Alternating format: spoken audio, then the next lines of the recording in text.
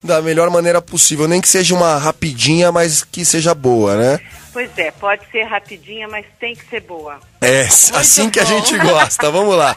Perguntas da semana passada, tá, doutora? Tem 2 da semana passada e uma pergunta que a gente separou dessa semana, porque a gente, na semana passada, tinha tanta pergunta que a gente teve que guardar algumas, tá? Tá ok. Então vamos lá. Doutora, já tive 7 parceiras e com todas elas, ou eu falhei na hora H, ou eu terminei o serviço antes do que eu queria. A ejaculação precoce, no caso, aquele querendo dizer.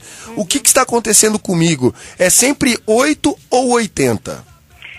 Então, nesse caso, o ouvinte pode estar acontecendo com ele uma coisa que a gente chama de ansiedade de desempenho. A pessoa, quando fica ansiosa, ela tende a ficar preocupada com aquilo que está acontecendo. E na ansiedade de que acabe logo, que dê certo, que a pessoa goste, que seja aprovada, pode ser que aconteça uma ejaculação rápida. Então, pode acontecer isso. Porém, ejaculação rápida é uma disfunção sexual que 25% da população masculina tem, tá? E ela pode acontecer porque a pessoa, desde as primeiras experiências sexuais, ela já ejacula rápido, ou pode acontecer porque no decorrer da vida, por alguma situação, ela passa a ter que ejacular rápido e isso torna-se um costume. Então, ejaculação rápida é uma questão comportamental, está ligada ao comportamento da pessoa, e se ela for primária, está muito ligada às primeiras experiências ou mesmo aqueles jogos infantis, aqueles jogos de quem ejacula mais longe, mais rápido. Essa é velha. É velha, mas existe isso, né? Eu sou prova que isso já existiu um dia.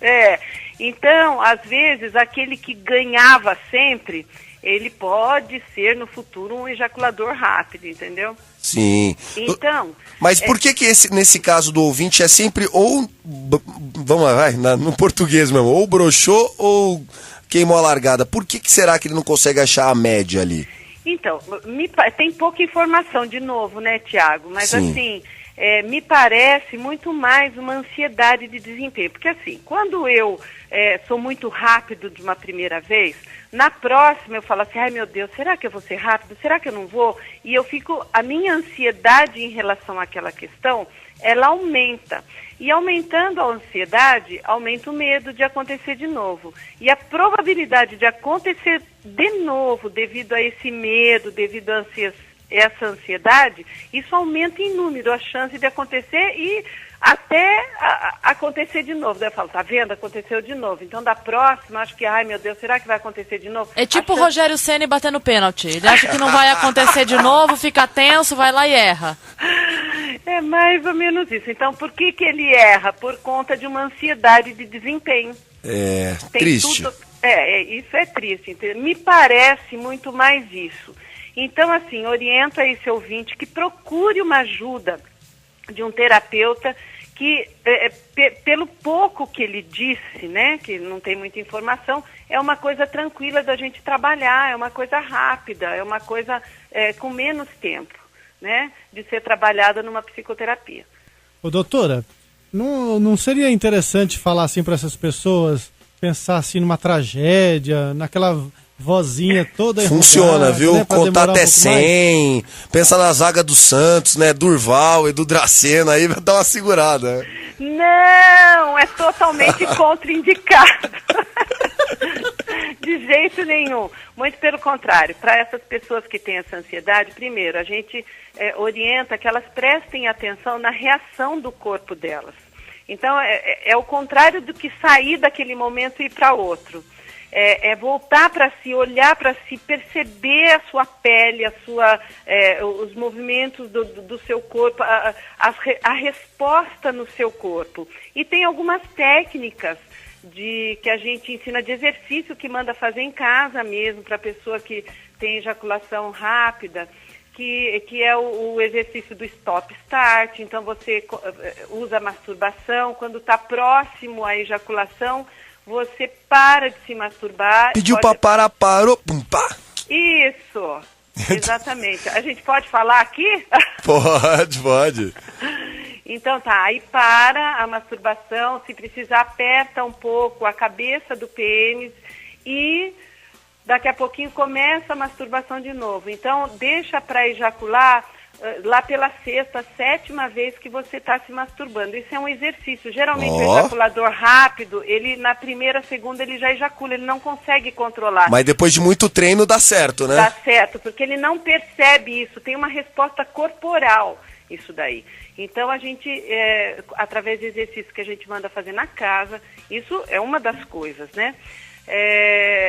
Doutora, trazer a pessoa para perceber mesmo essa resposta no seu corpo. Muito boa resposta, adoramos. Vamos lá, mais um caso. A pergunta agora é desta semana. Bom, vamos lá. Doutora, meu sobrinho é o único menino da casa da minha sogra. Lá moram ele, a sogra, a cunhada e mais 2 sobrinhas. É muita mulher para um menino de apenas 4 anos. Eu tenho medo disso influenciar a sexualidade dele. Eu já toquei no assunto com a mãe dele, mas ela disse que apesar de brincar com coisas de meninas, ele tem uma educação heterossexual. O que fazer? Pois é, para esse ouvinte a gente fala assim, que não é porque convive muito só com o sexo oposto que vai ter alguma questão relacionada à orientação sexual da pessoa, né? Então esse menino ele pode viver só entre meninas e ser heterossexual. Ele pode viver só entre meninas e ser homossexual ou bissexual. Então essa questão de viver só com mulheres não vai influenciar não vai determinar se ele vai ser no futuro homossexual, heterossexual ou bissexual. Mas é uma preocupação que existe muitas vezes, né, doutora? Existe a preocupação não só dessa questão que se vive só com mulheres, existe a questão assim, mas ele gosta de cor de rosa, será que ele vai ser homossexual? Ele gosta de brincar de boneca, será que vai ser homossexual? Eu acho que esse ouvinte aí assistiu muito Nelson Rodrigues, viu? Será? Acho que... Pois Aquele caso do menino que se veste de noiva lá. Então, mas assim, na realidade, isso não existe. Isso não é uma influência social, não é uma influência do meio.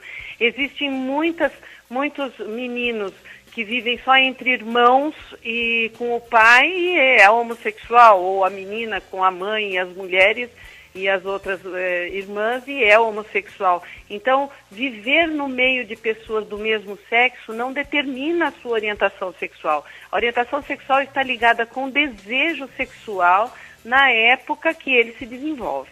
Maravilha. Agora vamos voltar para uma pergunta que ficou pendente da semana passada, doutora. Ela é parecida com a primeira pergunta, mas tem um contexto diferente. Vamos lá. Doutora Magda, estou com 45 anos e as falhadas na hora H estão cada vez mais recorrentes. Eu me excito com muita facilidade, principalmente vendo filmes pornográficos ou fotos sensuais. Porém, na hora que eu vou para a cama com a minha esposa, ele escreveu aqui, acabo sentindo a pressão. O que fazer? Adotei remédios, porém tenho medo de passar mal e mesmo assim já aconteceu de tomar o remédio e falhar do mesmo jeito. Espero que você tenha entendido a minha situação. Muito obrigado. Pelo que eu entendi aqui do que ele escreveu, doutora, ele é fiel, né? Então, assim, ele tem... vamos dizer assim, apenas o caso com a esposa dele, ele se interessa por mulher, ele gosta das mulheres, acha as mulheres bonitas, mas com a esposa dele não tá rolando, e aí eu acho que ele tá naquele furacão que você explicou na primeira resposta, né, doutora? Então, na realidade, esse pode ser um outro caso, tá? Muitas vezes, também tem pouca informação, viu, Tiago? Pra gente falar é isso ou aquilo. Eu gostaria até que se ele estivesse ao vivo, falar, viu, é assim, é assado. Explica pra mim, é verdade. Pra mim, né? Coitada da doutora Magda, porque ela tem que ser meio mãe de Ná aqui, né? Pegar no pulo. Então, e aí assim, muitas pessoas acontecem que aprendem a fantasiar ou a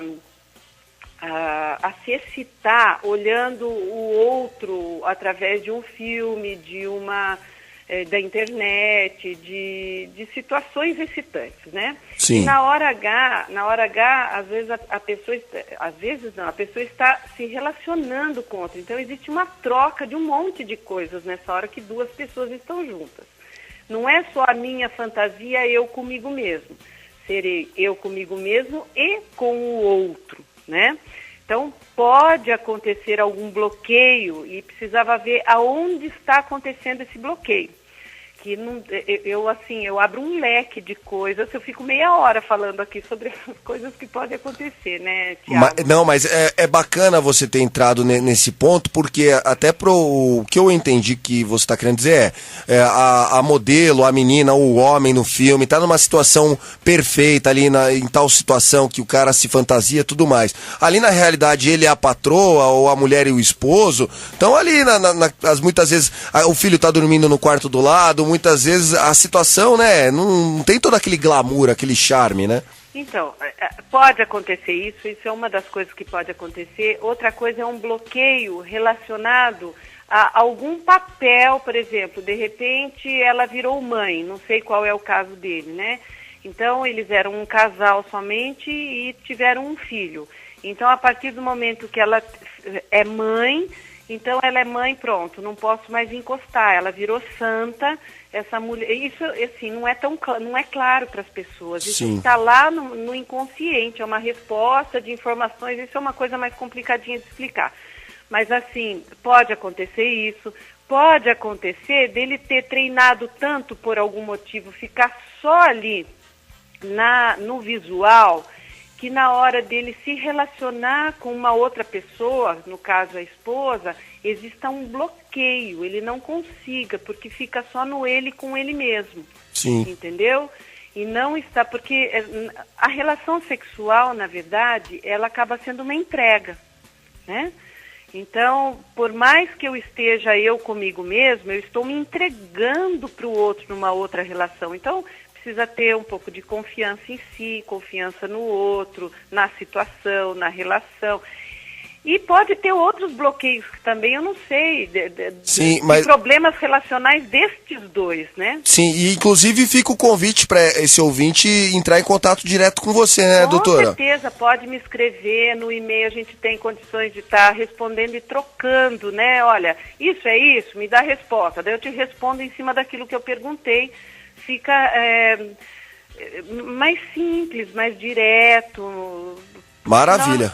Senão a gente fica aqui. Eu posso ficar 2 horas falando, não tem problema nenhum. Não, e para nós seria ótimo se o relógio não tivesse super corrido contra nós. Mas, doutora, então vamos deixar o contato, né? Quem quiser fazer a pergunta diretamente para a doutora Magda, pode. Inclusive, a gente leu só as perguntas que foram já da semana passada e tal, mas pode continuar mandando. A gente vai tentar atender todo mundo, né, doutora? Isso. Agora, só acabar de responder para esse ouvinte, Tiago, vamos lá. Que ele converse com a parceira sobre o que está acontecendo, abra o jogo, porque às vezes a gente fica com o jogo escondido, né?